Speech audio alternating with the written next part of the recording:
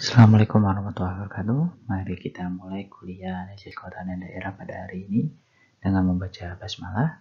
Semoga apa yang kita pelajari hari ini bermanfaat dan barokah bagi kita semua. Hari ini kita akan mempelajari mengenai karakteristik sosial. Ya. Minggu lalu sudah dengan Pak Adit bicara masalah karakteristik dan analisis fisik. Nah, di sini saya akan bicara masalah karakteristik sosial. Ya, mungkin nanti saya juga jelaskan mengenai kombinasi dari kondisi sosial dan kondisi fisik yang nantinya akan berkaitan dengan analisis daya dukung lingkungan. Tapi nanti di akhir materi. Tapi kita bicara ini dulu, karakteristik sosial. Nah, apa sih karakteristik sosial? Kalau kita bicara karakteristik sosial, maka kita bicara jenis kelamin, umur, pendidikan, domisili, pekerjaan, tempat tinggal, dan lain-lain yang berkaitan dengan karakteristik individu di dalam masyarakat. Nah, di mana masyarakat itulah yang menjadi pembentuk dari sosial dari suatu wilayah. Nah, atau disebut dengan penduduk. Nah, ini karakteristik sosial. Jadi kalau kita bicara karakteristik sosial, bicara ini.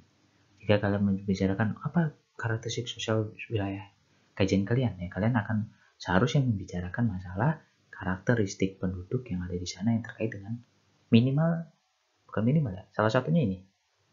Salah banyaknya ada 6 ini, yang lainnya bisa kalian cari lagi di data-data BPS yang sangat mudah kalian dapatkan, yang tiap tahun selalu diupdate, ya, selalu update untuk karakteristik sosial yang bisa kalian dapatkan di website resmi BPS di kabupaten-kabupaten yang kalian jadikan wilayah kajian. Gunanya untuk apa? Karakteristik sosial ya untuk memahami kondisi kependudukannya. Bagaimana kondisinya, kemudian dengan tahu kondisi kependudukan kalian bisa tahu potensi dan permasalahannya. Contohnya, misalnya potensinya karena ia banyak masyarakat dengan usia produktif, maka secara potensi masyarakat di sana akan banyak sekali tenaga kerja muda yang bisa dioptimalkan untuk sebagai tenaga kerja. Nah, tapi bisa jadi terus masalahnya apa? Permasalahannya adalah tenaga kerja produktif ini punya pendidikan yang rendah. Nah, tenaga kerja produktifnya udah banyak, usia produktifnya banyak, tetapi pendidikannya rendah. Maka akan jadi masalah. Nah, itu yang perlu kalian pikirkan. Itulah analisa. Oke? Kalian sudah tahu karakteristiknya, kalian bisa menganalisanya.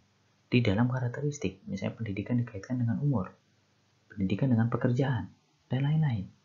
Pendidikan dengan kesehatan dengan pekerjaan, dan seterusnya. Nah, ini yang belum pernah dilakukan selama saya menguji dari kakak tingkat kalian yang menganalisa karakteristik sosial.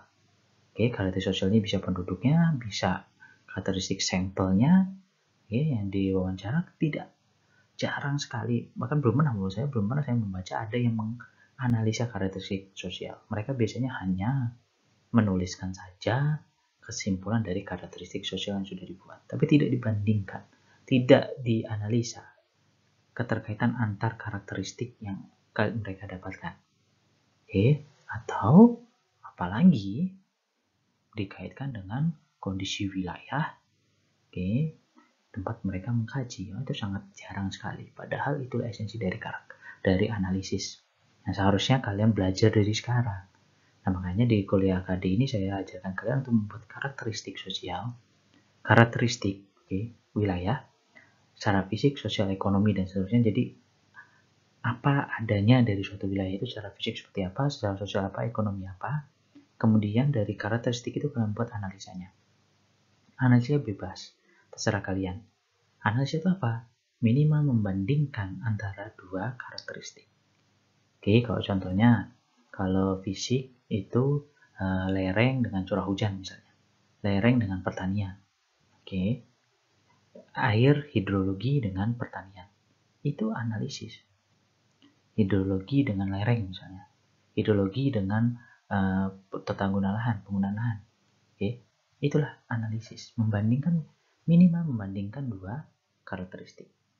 Setelah itu boleh kalian bandingkan dengan banyak karakteristik, dibandingkan menjadi satu, kemudian bisa kalian membuat misalnya kesesuaian lahan, kemampuan lahan, kerawanan longsor, kerawanan bencana, kerawanan banjir, dan seterusnya. Itulah analisis. Nah, itu yang ingin saya coba kalian itu coba untuk ini gitu. Kalau misalnya kalian merasa wah tugas terus ya berarti kalau menurut saya kalian ada yang salah dengan diri kalian karena kalian tidak terbiasa untuk melakukan sesuatu secara optimal.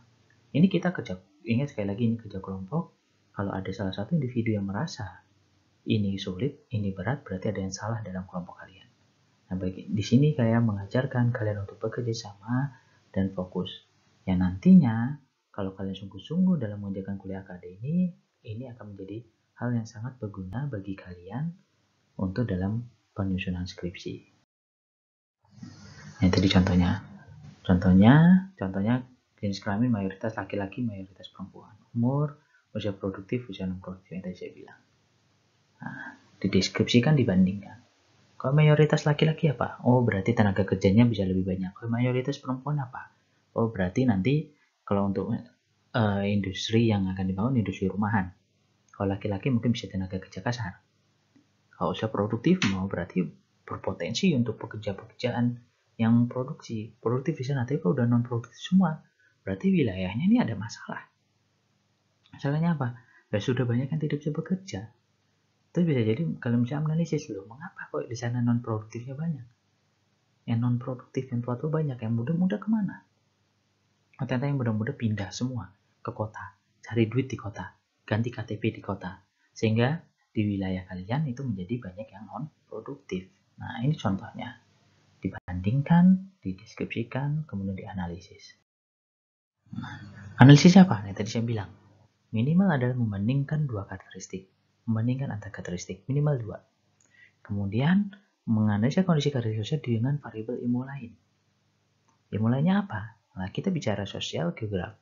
Sosial berarti masalah kependudukan, bicara masalah demografi, kita kaitkan dengan misalnya kesehatan.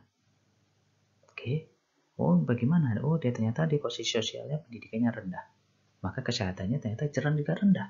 Kenapa? Karena yang bisa jadi terkait karena dia pendidikannya rendah, dia tidak paham bagaimana cara menjaga lingkungan, tidak paham bagaimana cara menjaga dirinya, sehingga lingkungan di sekitarnya menjadi tercemar, jadi tidak jadi kumuh, jadi tidak sehat, sehingga ia juga sehat, jadi dia sakit. Oke. Atau dikaitkan dengan ekonomi. Oh, ternyata pendidikannya rendah, makanya pekerjaannya hanya buruh. Gajinya juga UMR, karena dia tidak bisa bersaing untuk mendapatkan pekerjaan yang lebih baik. Dia tidak punya keahlian. Itu contoh untuk analisa. Kemudian memprediksi, misalnya kondisi sosial di masa depan. Oh, dengan kondisi secara penduduk yang seperti ini, pertumbuhannya setiap tahun seperti ini, maka kemungkinan besar 10 tahun lagi, maka akan ada penduduk 2 kali lipat yang ada di tahun 2020 misalnya. Kalau seperti itu, maka kebutuhan fasilitas, kebutuhan makan, pangan yang ada di desa itu atau wilayah kabupaten yang kalian kaji, kota yang kalian kaji menjadi 2 kali lipat. Siapkah pemerintah? Nah, yang akhirnya nanti jadi bicara masalah merencanakan. Oke, merencanakan bagaimana memperbaiki kualitas, atau menjaga agar kuantitasnya tidak berlebih. Nah, inilah analisa. Contohnya untuk analisa kondisi sosial. Nanti bisa kalian terapkan juga di kondisi fisik, ekonomi, sarpras ataupun tata ruang. Oke, nah ini. Ini contohnya apa saja yang dianalisis sih? Ini distribusi penduduk. Oke, kalian tahu jumlah penduduknya, itu data. Jumlah penduduk laki-laki perempuan berapa? Itu baru data, karakteristik. Kemudian distribusinya. Nah, kalian analisa pertama minimal standar distribusinya.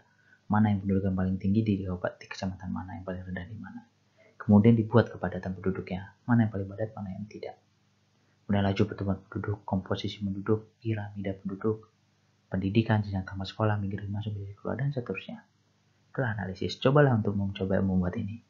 Ya, karena saya yakin, seperti saya pernah bilang mungkin di angkatan kalian seharusnya saya bilang bahwa lebih dari 60% itu skripsi yang ada di geografi itu bicara aspek sosial. Nah, jadi kalau kalian memulainya dari sini, maka nanti kan karena saya koreksi, nanti kalian bisa tahu, oh ternyata kesalahan-kesalahan apa sih yang kalian buat. Ya. Dan saya yakin kalian pasti senang dengan itu. Kenapa senang? Karena seharusnya mahasiswa itu menyukai hal-hal yang baru, menyukai untuk mendapatkan ilmu yang lebih baik.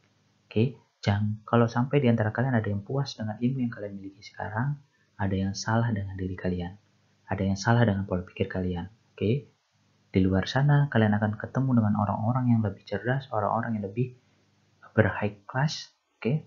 High class dalam artian secara pendidikannya, secara ekonominya, secara keilmuannya, yang dimana kelebihan-kelebihan yang mereka miliki itu jauh lebih dari kalian. Jadi kalau kalian masih senang dengan kondisi kalian sekarang, senang dengan kuliah yang penilaiannya standar, bahkan mungkin penilaiannya rendah, senang dengan kalian tidak melakukan apa-apa, kalian mendapatkan nilai baik, ya monggo silahkan gitu. Tapi apakah tidak lebih baik jika kalian, bahkan menurut saya itu menjadi sangat lebih baik jika kalian mau berupaya lebih optimal, apalagi kalian sudah semester 7, yang dimana ya cuma tinggal 1 semester lagi, atau 2 semester lagi kalian akan langsung sudah lepas dari status mahasiswa, kalian akan menjadi anggota masyarakat secara utuh. Nah, dan di sana tidak ada lagi yang akan menilai atau memberitahu kalian kalau kalian salah atau benar.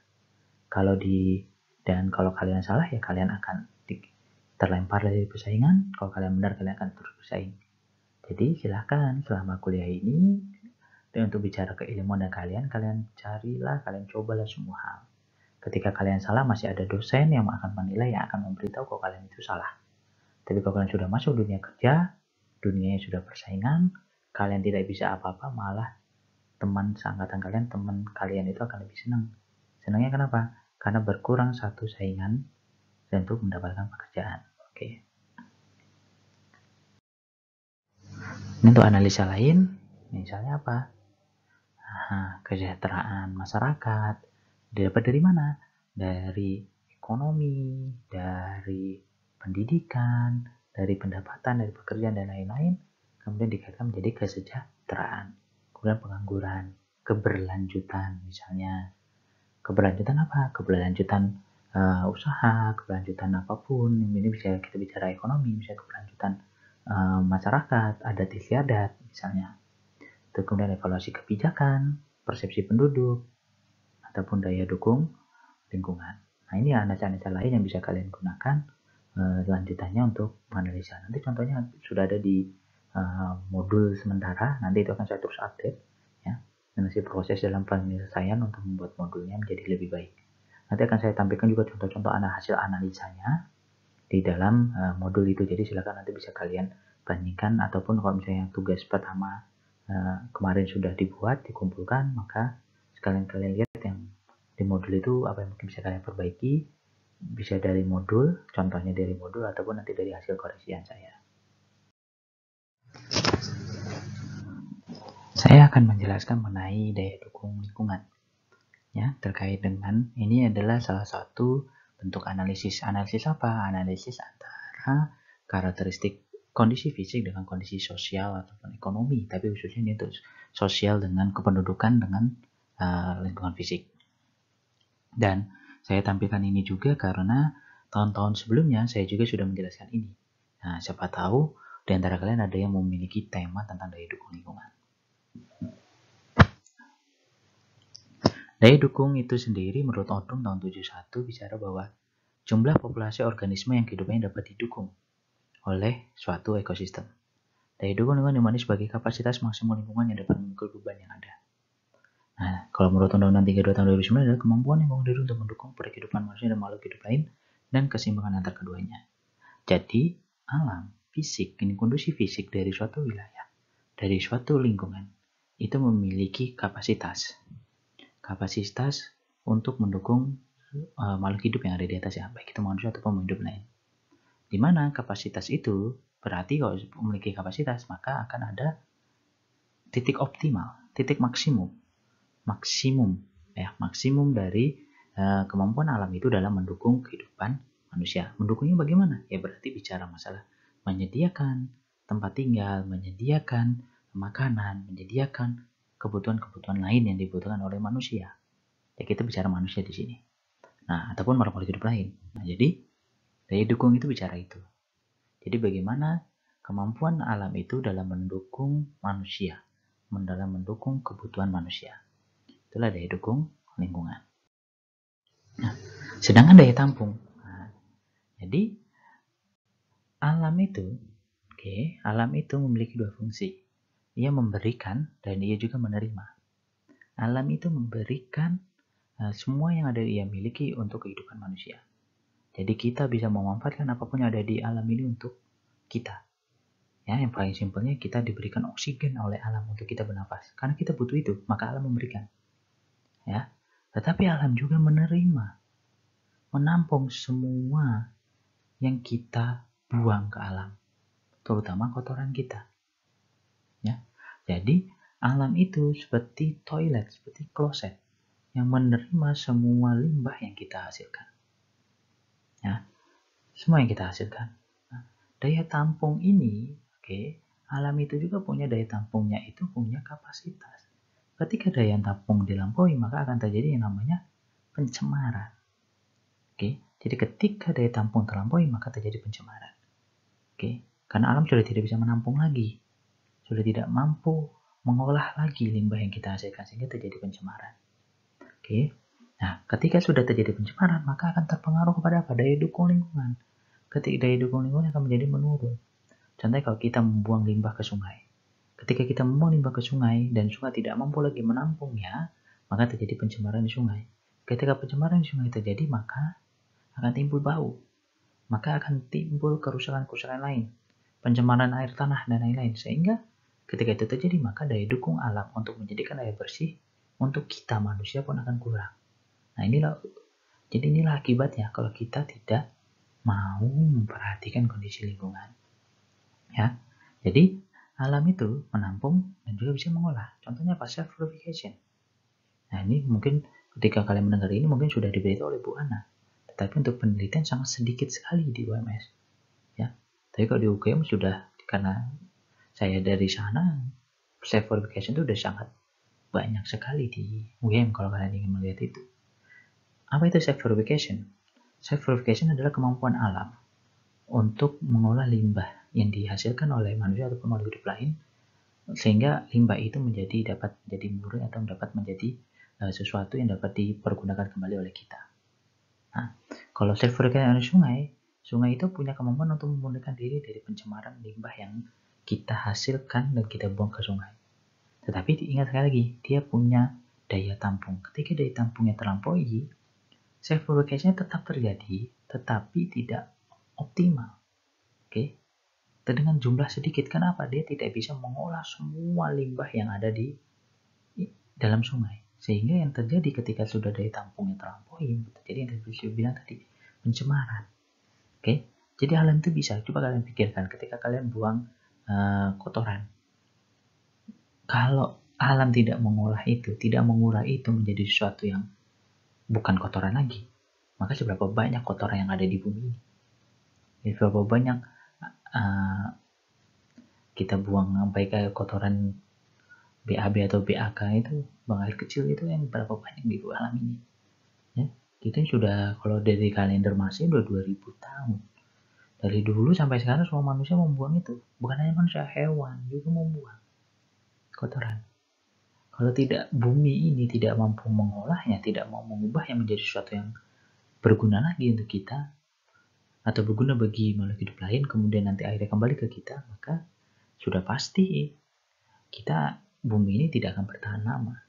Tapi karena bumi punya self-purification, maka semua itu bisa diolah kembali menjadi sesuatu yang lebih baik.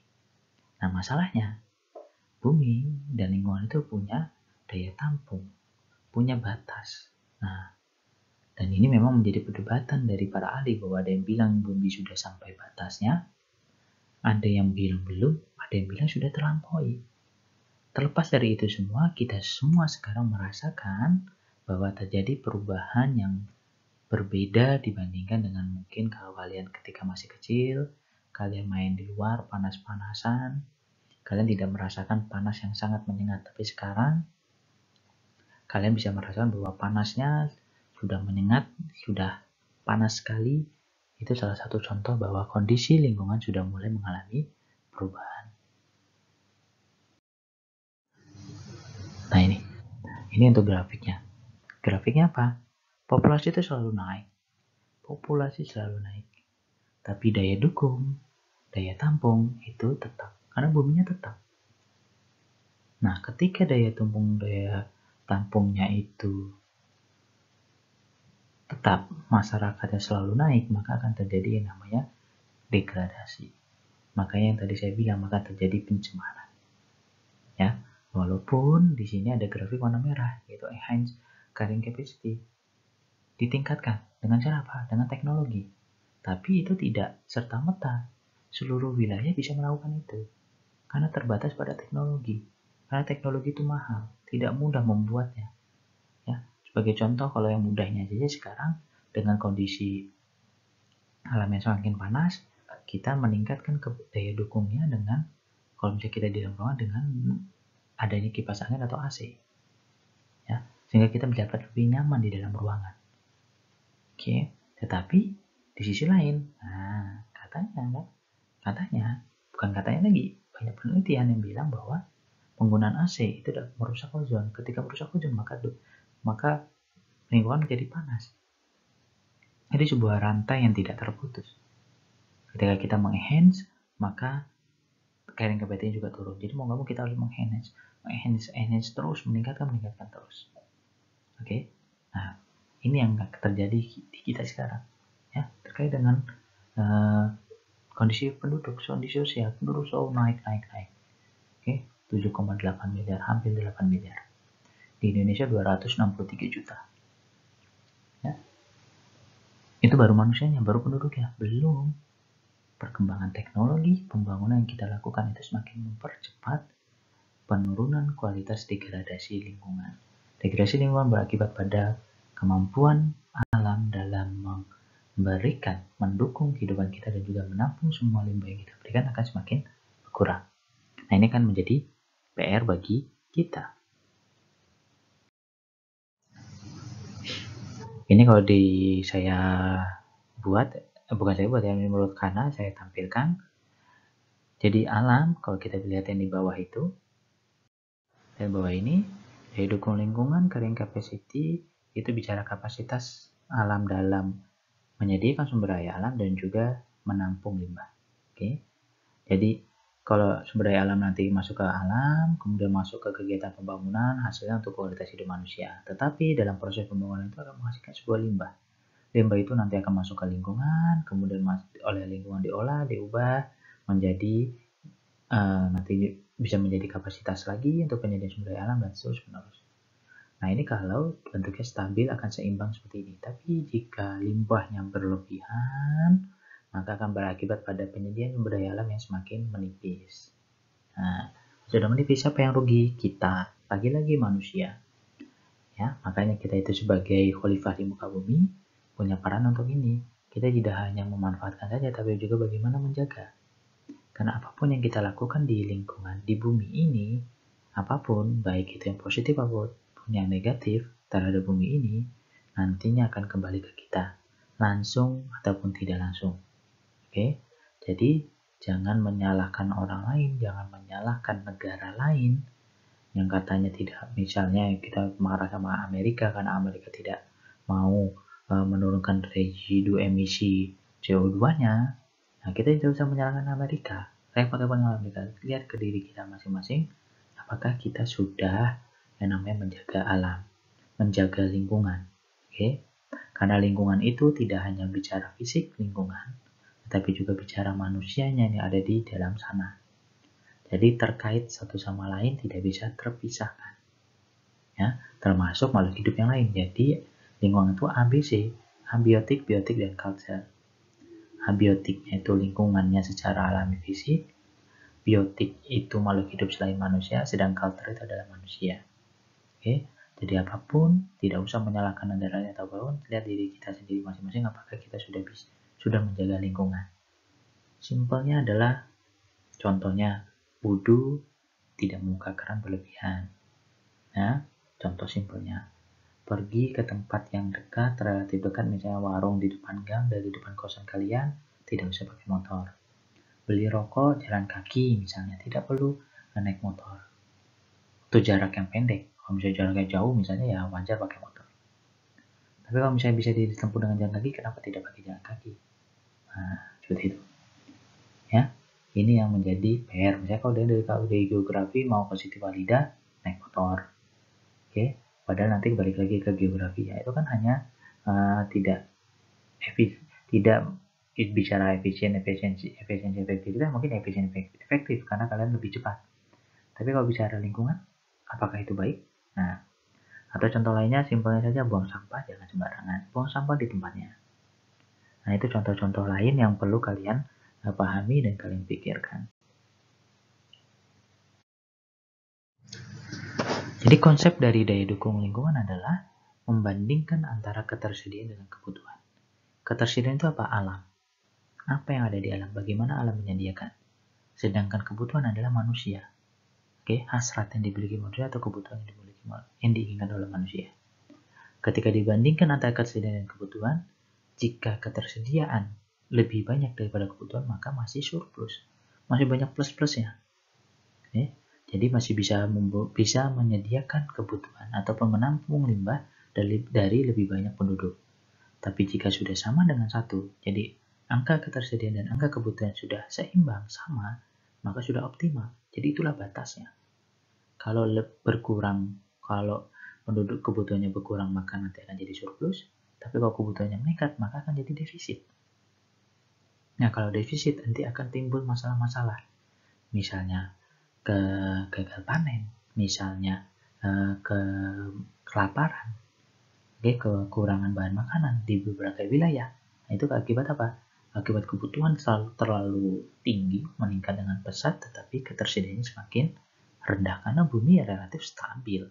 Oke, tidak ada tiba-tiba bumi jadi dua atau bumi menjadi lebih besar, meluas. Itu kan tidak. Oke, nah ini yang konsep dari daya dukung lingkungan. Nanti bicara masalah ketersediaan dan kebutuhan. Kalau misalnya kalian bicara daya dukung air, maka ketersediaan air dan kebutuhan air. Kalau lahan, maka bicara ketersediaan lahan, maka kebutuhan lahan. Kalau permukiman, berarti ketersediaan lahan untuk permukiman dibandingkan dengan kebutuhan permukiman dari masyarakat, dan seterusnya. Oke, nanti sini akan saya coba jelaskan, contohkan daya dukung lingkungan, yaitu daya dukung lahan dan daya dukung air. Ya, jadi ini bagaimana mengkombinasi, menganalisa antara karakteristik fisik dengan sosial. Ini macam-macamnya. Contohnya ada daya dukung lahan, daya dukung air, pemukiman, pertanian, bioabsorben CO2, tempat wisata, RTH, dan lain-lain. Banyak sekali daya dukung yang kalau perlu kalian baca silakan, bisa banyak sekali. Oke, bisa kalian lihat, bahkan mungkin ada metode-metode baru yang dikembangkan di Eropa atau di negara-negara maju mengenai daya dukung lingkungan. Nah, ini akan saya contohkan, yaitu daya dukung lahan dan daya dukung air.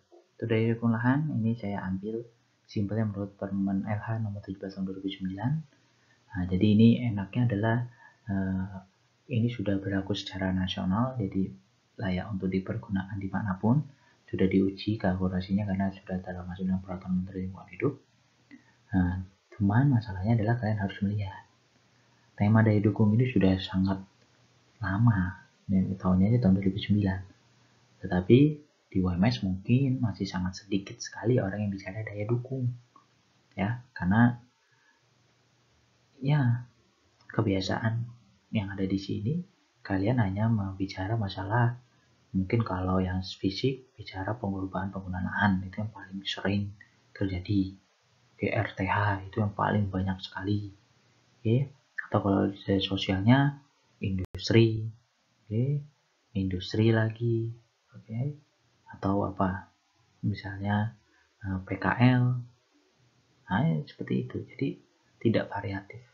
Ketika tidak variatif, maka keilmuan kalian itu kalah dengan tempat lain. Jadi jangan merasa minder, jangan merasa gagal kalau ternyata pengetahuan kalian itu kalah dengan lulusan geografi yang lain. Oke, jangan merasa kalah karena memang kondisinya di kampus kita seperti itu, dan kalian sebagai mahasiswa tidak mau dan tidak berupaya untuk mendapatkan ilmu-ilmu baru. Kalian juga pasrah. Kalian juga ayo yang ada aja, yang penting lulus. Ya, oke. Kalau saya berpikir lulus itu oke. Tetapi kalian yang penting lulus skripsi seadanya oke. Asalkan kalian punya keahlian yang lain. Punya kelebihan lain. Kalau kalian tidak punya itu, sama saja bohong. Sudah tidak punya keahlian, tidak punya kelebihan, skripsinya standar. Bagi UMS sudah standar, kalau di tempat lain jauh di bawah standar karena itu sudah tertinggal.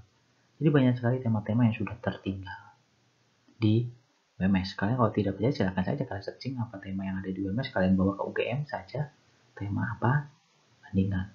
Mungkin di antara kalian ngomongnya kan UGM Pak bagus. Nah terus saya tanya, apa bedanya kita dengan mereka? Mereka negeri oke, kita swasta. Terus apa? Apakah kalian merasa bahwa kalian itu sudah kalah dari awal? Apakah kalian merasa kalian tidak mampu bersaing dengan mereka? Kalau kalian merasa seperti itu, salah berarti kalian. Wajar kalau kalian nantinya di dunia kerja pun kalah dengan mereka. Karena kalian dari awal sudah tidak punya daya juang untuk bersaing dengan mereka. Ya, kita kembali ke materi. Jadi untuk daya dukung lahan ini, kita bicara masa tadi, saya bicara ketersediaan dan kebutuhan. Ketersediaannya apa? Nah, kalau di sini bicara masalah daya dukung lahan itu untuk makan. Oke, makanan. Jadi, ketersediaannya adalah bagaimana kemampuan lahan itu menyediakan bahan makanan. Sedangkan kebutuhannya adalah bagaimana manusia, populasi penduduk di suatu wilayah itu, bagaimana mereka, bukan bagaimana ya, berapa banyak yang mereka butuhkan untuk konsumsi mereka, untuk makan mereka. Nah, jadi mengkaitkan antara kedua itu, ketersediaannya dan kebutuhannya. Perhitungannya seperti apa? Seperti ini. Jadi kalau ketersediaan lahannya bicara masalah berarti produksi atau tiap jenis komoditi yang ada di wilayah itu, dari pertanian hingga perikanan, kemudian harga satuan dan produktivitasnya. Nanti di sini konversinya pakai beras. Karena apa? Karena di setiap wilayah di Indonesia sudah terkena berasinasi, beras di mana semua wilayah harus makan beras. Padahal ada banyak wilayah-wilayah yang makanan pokoknya awalnya bukan beras, tetapi akhirnya mau nggak mau jadi beras. Jadi beraslah yang menjadi pengekuivalen dari satuan-satuan yang ada di sini. Nah, kebutuhan tadi ketersediaan, sekarang kebutuhannya apa? Ya, kebutuhannya adalah jumlah penduduk dikali kebutuhan hidup layak dari semua manusia. Jadi di sini ada standar yaitu 2.400 kg per hektar per tahun. Jadi dikalikan saja, nanti kalau ternyata kebutuhannya lebih tinggi, maka ketersediaannya, nah ini yang terjadi, jika ketersediaannya lebih tinggi, maka daya dukungnya surplus. Karena masih banyak yang bisa dikelola untuk menghasilkan bahan pangan. Tetapi kalau ternyata kebutuhannya lebih tinggi, maka sudah terjadi defisit, maka mungkin nanti akan terjadi yang namanya kelaparan yang ada di wilayah itu karena sulit. Atau ini nanti bisa dikaitkan dengan kerjasama antar daerah. Ketika kebutuhannya rendah, maka dia butuh wilayah lain untuk menyediakan kebutuhan itu. Oke, ketersediaannya rendah, maka dia butuh wilayah lain yang ketersediaannya surplus, yang bahan pangannya surplus untuk dibeli untuk ke wilayah kita. Oke, kalau bisa sama maka optimal. Itu adalah titik kritisnya, tidak boleh melebihi dari itu. Kalau melebihi maka akan terjadi defisit sehingga berdampak pada kelaparan di wilayah kajian kalian. Ini data yang dibutuhkan, itu jumlah produktivitas dari seluruh komunitas, harga jual beras dan komunitas lain, produktivitas beras lokal, jumlah penduduk. Kekurangannya ini adalah data sudah didapat apabila data ada yang kosong atau menjadi kurang. Oke, jadi kalau datanya kosong itu susah. Jadi ada komoditas yang kosong, datanya itu sulit untuk bukan sulit, menjadi perhitungan menjadi tidak representatif. Misalnya datanya hanya ada data pertanian saja, tapi perkebunan, peternakannya tidak ada, kehutanan dan perikanannya nggak ada, maka itu akan menjadi masalah. Itu data jumlah produktivitas yang ada, tapi harga jualnya nggak ada. Nah, itu akan menjadi masalah. Jadi hasil hitungannya tidak representatif untuk sebagai ketersediaan. Kelebihannya, ini memperhitungkan kebutuhan lahan sebagai objek yang menjadikan kebutuhan pangan, sehingga dapat menunjukkan kemampuan swasembada pangan suatu wilayah. Nah, jadi ketika ketersediaannya tinggi, kebutuhannya dapat terpenuhi semua, dan apalagi terjadi surplus, maka wilayah itu sudah swasembada. Tapi kalau belum, maka belum ya, kalau misalkan terjadi sebaliknya, maka wilayah itu akan jadi defisit, dan itu akan berakibat pada permasalahan yaitu kelaparan di wilayah tersebut. Nah, contoh yang kedua saya contohkan daya dukung air. Bicara sama, ini adalah ketersediaan kebutuhan. Ketersediaannya bicara bagaimana jumlah air bersih yang bisa dipergunakan, sedangkan kebutuhan adalah kebutuhan air bersih konsumsi untuk setiap penduduk yang ada di Indonesia. Sama, saya ambil dari Permen LH nomor 17 tahun 2009. Nah ini, kalau untuk kesediaannya bicara ketersediaan air meteorologis, di mana kita melihat bahwa ketersediaan air itu berasal dari sumber utama dari curah hujan. Jadi, yang dimana curah hujan itu terkait dengan berapa banyak curah hujan yang masuk ke dalam air tanah dan berapa curah hujan yang tertampung di sungai ataupun di danau. Nah ini rumusnya. Ini saya ingatkan lagi tuh, mungkin di hidrologi sudah diajarkan, jadi ada yang namanya koefisien nipasan. Koefisien nipasan itu artinya adalah jika nilai koefisiennya semakin tinggi, maka semakin sedikit air yang masuk ke dalam tanah. Ketika air semakin sedikit masuk ke dalam tanah, berakibat pada semakin sedikit cadangan air tanah yang ada di wilayah itu. Makanya ketika wilayah itu wilayahnya terbangun semua, jalannya diaspal semua, tidak ada ruang terbuka hijau, tidak ada tempat-tempat untuk infiltrasi air hujan dalam tanah, maka akan berakibat pada menurunnya muka air tanah. Contohnya terjadi di Jakarta, sehingga ketika muka air tanah turun, maka permukaan tanah pun akan mengalami penurunan. Ketika itu terjadi, bisa terjadi yang namanya intrusi air laut. Itu contohnya untuk yang di daerah pantai. Nah, untuk yang di sebelah kanan ini itu step by stepnya, dari hujan, infiltrasi, kalau tanah jenuh maka terjadi limpasan permukaan, kemudian terjadi runoff. Ini di hidrologi lah. Ya, di hidrologi sudah kalian pelajari, ini saya hanya flashback saja. Nah, kemudian ada total kebutuhan air. Ini kebutuhan air untuk hidup layak itu ada, ini sudah ada satuannya, 1.600 meter kubik air per kapita per tahun. Jadi 1.600 meter kubik air per orang dalam 1 tahun. Tapi masalahnya di sini hitungannya adalah untuk air domestik dan pertanian, belum jumlah kebutuhan manusianya saja. Nah ini yang menjadi PR. Nah ini untuk statusnya sama kayak tadi, ketika ketersediaannya lebih banyak daripada didukung maka dia surplus, tapi kalau kurang maka terjadi defisit atau terlampaui, dan bila sama nilainya maka terjadi daya dukung optimum. Nah ketika jadi defisit maka terjadi yang namanya kekeringan, kesulitan air, sehingga seperti gambar yang sebelah kiri itu banyak orang yang kemudian membutuhkan air, ya akhirnya mereka harus beli air, beli galon misalnya, beli tangki, atau menunggu dari pemerintah yang menyalurkan air. Datanya apa? Ini dibutuhkan ini data hujan, kemudian luas penggunaan lahan, luas wilayah kajian, dan jumlah penduduk. Kekurangannya, hanya memperhitungkan kebutuhan air domestik dan pertanian saja, tetapi kebutuhan untuk perdagangan dan industri tidak diperhitungkan. Nah, kekurangannya ini untuk yang metode tadi. Jadi di wilayah itu hanya melihat bahwa kebutuhan domestik dan pertanian saja. Oke, domestik dan pertanian saja. Tidak perdagangan dan industri. Padahal di suatu wilayah sudah pasti ada perdagangan dan industri. Dan kebutuhan itu berbeda. Belum lagi dengan kebutuhan wilayah yang lain, misalnya pendidikan ataupun kantor, itu pasti berbeda kebutuhannya. Nah, jadi ukuran itu jadi tidak merepresentasikan total kebutuhan air yang ada di suatu wilayah. Jadi kalau misalkan ketika kalian menghitung, ternyata surplus, tetapi itu belum tentu surplus kenyataannya di lapangan, karena masih ada sektor lain yang tidak diperhitungkan dalam perhitungan ini. Dan juga tidak mempertimbangkan keberadaan cadangan air tanah sebagai penyuplai ketersediaan air.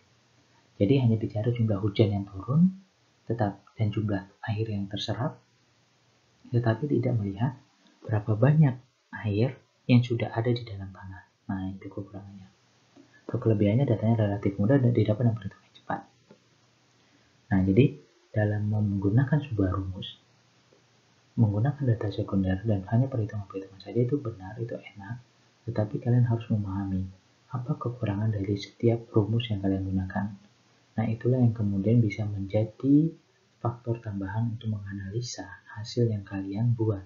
Contohnya kalau kayak yang perhitungan dari dukung air yang saya tampilkan ini, maka kalian bisa menganalisa bahwa ternyata dia memang surplus, tetapi itu belum termasuk perdagangan dan industri. Padahal di wilayah kalian kan tunjukkan datanya, untuk perdagangannya sangat banyak, wilayah perdagangannya luas, industri-industri besar ternyata banyak. Berarti bisa jadi terjadi defisit gitu. berarti defisit karena industrinya banyak, perdagangannya banyak, belum lagi pemerintahan, belum lagi pendidikan, dan seterusnya. Itulah yang dimaksud dengan analisis atau analisa. Oke, belajarlah untuk mengarah ke sana. Nah, untuk sumber referensinya ada Pak Lutfi Mutwali dari UGM untuk daya dukung lingkungan dan untuk perencanaan pengembangan wilayah. Kemudian ada Sunyanti, Samuel Wilson, dan lain-lain. Kalian bisa cari ini dan juga bisa nanti cari di internet sumber jurnal-jurnal mengenai daya dukung ataupun analisis sosial wilayah. Oke, ada banyak sekali di internet. Dan untuk literatur, itu saya sudah melakukan penelitian skripsi saya tentang daya dukung lingkungan. Untuk daya dukung, kemudian ada Pak Lutfi juga untuk daya dukung lingkungan, daya dukung penataan ruang wilayah, PMLH, ada tesis dari Mbak Tika Ramawati dan yang lain. Ada juga jurnal-jurnal.